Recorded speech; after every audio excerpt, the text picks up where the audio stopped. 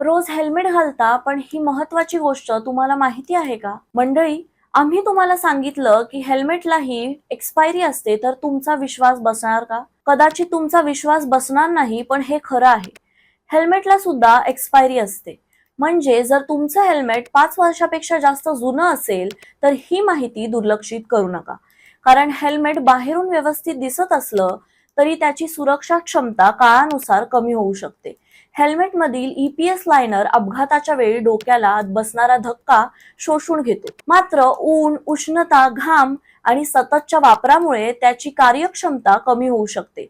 तसंच हेल्मेटचं बाहेरील कवच, पट्टा आणि आतील पॅडिंगही काळांतराने कमकुवत किंवा सैल होऊ शकतात. महत्वाचं म्हणजे हेल्मेट घातलेल्या अवस्थेत अपघात झाला आणि ते जोरात आदळलं असेल तर बाहेरून नुकसान दिसत नसलं तरी ते बदलणं सुरक्षित मानलं जातं. नवीन हेल्मेट घेताना त्यावरील ISI चिन्ह आणि योग्य भारतीय मानक तपासा. हेल्मेट हा दंडापासून बचाव करण्यासाठी नव्हे, तर अपघातात जीव वाचवण्यासाठी असतो.